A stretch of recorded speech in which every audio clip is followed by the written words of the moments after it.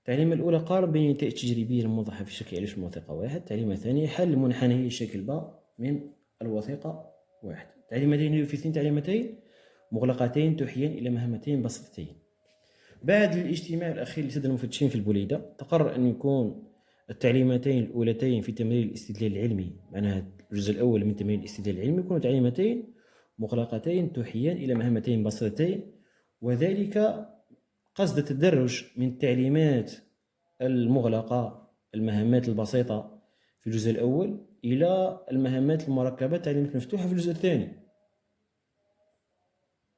كذلك راح نلقاها في تمرين المسألة العلمي. هنا قارن بين النتائج التجريبية الموضحة في الشكل ألف من الوثيقة واحد. المقارنة في الأعمدة البيانية وش منهجية راح نستعمل منهجية تحليل المقارن، لأن تحليل المقارن هو أحد مستويات المقارنة، كما أن تحليل المقارن هو أحد أنماط التحليل. لأن راح نستعمل تحليل المقارن بلا ما نعرف بماهية الوثيقة. نفوت مباشرة لتفكيك معطيات الوثيقة. في حالة دون العلاج تزايد معدل الطفيليات في الدم إلى أن يصل إلى قيمة أعظمية 100% بعد 7 أيام. تناقص معدل في حالة العلاج بدواء ML901 تناقص معدل الطفيليات إلى أن تنعدم بعد 7 أيام. استنتاج دواء ML901 فعال في القضاء على الطفيليات في الدم. هذا بالنسبة للوثيقة واحد أو الشكل ألف من الوثيقة واحد. نفوت الآن للشكل باء من الوثيقة واحد. هي أعمدة بيانية توضح نسبة حدوث مراحل تركيب البروتين اللي هي الاستنساخ والترجمة بدلالة تركيز ML901. نبدأ بالاستنساخ. الاستنساخ يبقى ثابت بالرغم من زيادة تركيز ML901. بعد ذلك نفوت للترجمة. الترجمة هنا تكون ثابتة ومن بعد تتناقص، معناها يمكن تقسيم المنحنى البياني الترجمة إلى مجالين. المجال الأول من 0 ل 9 اللي هو مجال التراكيز الضعيفة ل ML901، والمجال الثاني اللي هو من 1 ل 5 اللي هو مجال التراكيز العالية ل ML901. من 0 ل 1 ثبات نسبة حدوث عملية ترجمة عند قيمة أعظمية 100%. من 1 إلى 5 منع عن التراكيز العالية ل ML901. تناقص نسبة حدوث عملية ترجمة بتزايد تركيز ML901 إلى أن تنعدم عند تركيز ML901 5 وحدة تقديرية. استنتاج دواء ML901 يثبط عملية ترجمة عند التراكيز العالية له، كما أنه لا يثبط عملية الاستنساخ. هذا بالنسبة للتعليمة الثانية. نفوت الآن الجزء الثاني مباشرة. نقرأ التعليمات لعدم الإطالة.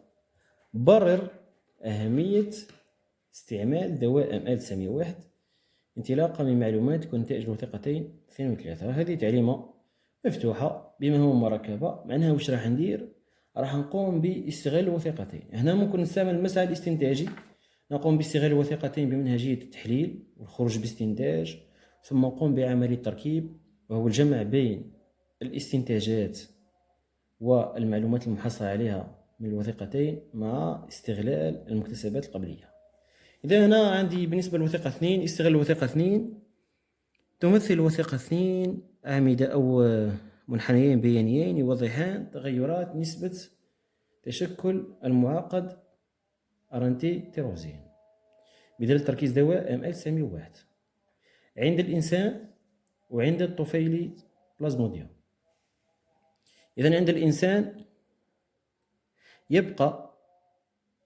وتبقى نسبة تشكل معقد أرانتي تيروزين ثابتة عند 100% بالرغم من زيادة تركيز دواء ML901. عند الطفيلي بلازموديوم تناقص نسبة تشكل معقد أرانتي تيروزين بتزايد تركيز دواء ML901 إلى أن تصل إلى قيمة دنيا ممكن حوالي 10 وحدة تقديرية. استنتاج دواء ML901 يثبط أو يمنع تنشيط الحمض الأميني تيروزين عند الطفيليات من نوع بلازموديوم. هذه بالنسبة للوثيقة 2 ما فيهاش حتى إشكال. فوت الوثيقة 3 الآن. وثيقة 3 كيف استغلها ممكن منهجية التحليل منهجية التحليل، تعريف الوثيقة عندي في نص التمرين، المفروض ديريكت فيك معطيات الوثيقة. إذا هنا راح يثبت الحمض الأميني تيروزين على الموقع الفعال لإنزيم التنشيط النوعي.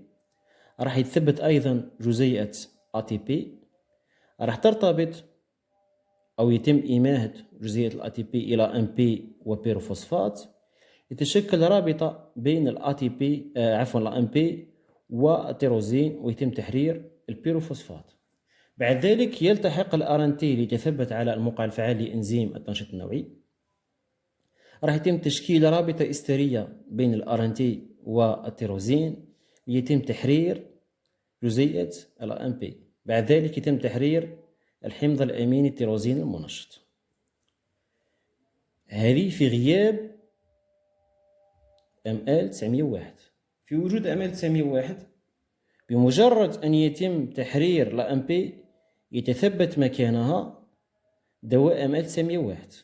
علاه؟ لأنه عنده بنية مشابهة للAMP، يتثبت مكانها مما يؤدي إلى تكسير أو يعمل تكسير الرابطة الإسترية بين الRNT والتيروزين، وبذلك يتم تحرير الRNT دون التيروزين، ويبقى المعقد تيروزين تيروزين ML901 مثبت على الموقع الفعال لإنزيم التنشيط النوعي.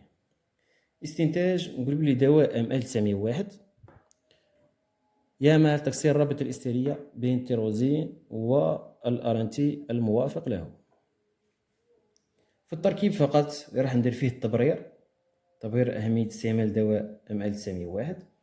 قول بأن دواء ML901 عنده بنية مشابهة للAMP، فهو يتثبت مكانه في الموقع الفعال لإنزيم التنشيط النوعي، ويعمل تكسير الرابطة الإسترية بين الRNT والتيروزين، وهذا ما يؤدي إلى عدم تنشيط الحمض الأميني تيروزين وعدم دمجه في السلسلة الابتدائية أثناء عملية الترجمة، فينتج بذلك سلسلة ابتدائية قصيرة، بروتين غير وظيفي، وهذا ما يؤدي إلى موت الطفيلي والقضاء عليه. فدواء ML901 فعال في القضاء على الطفيليات.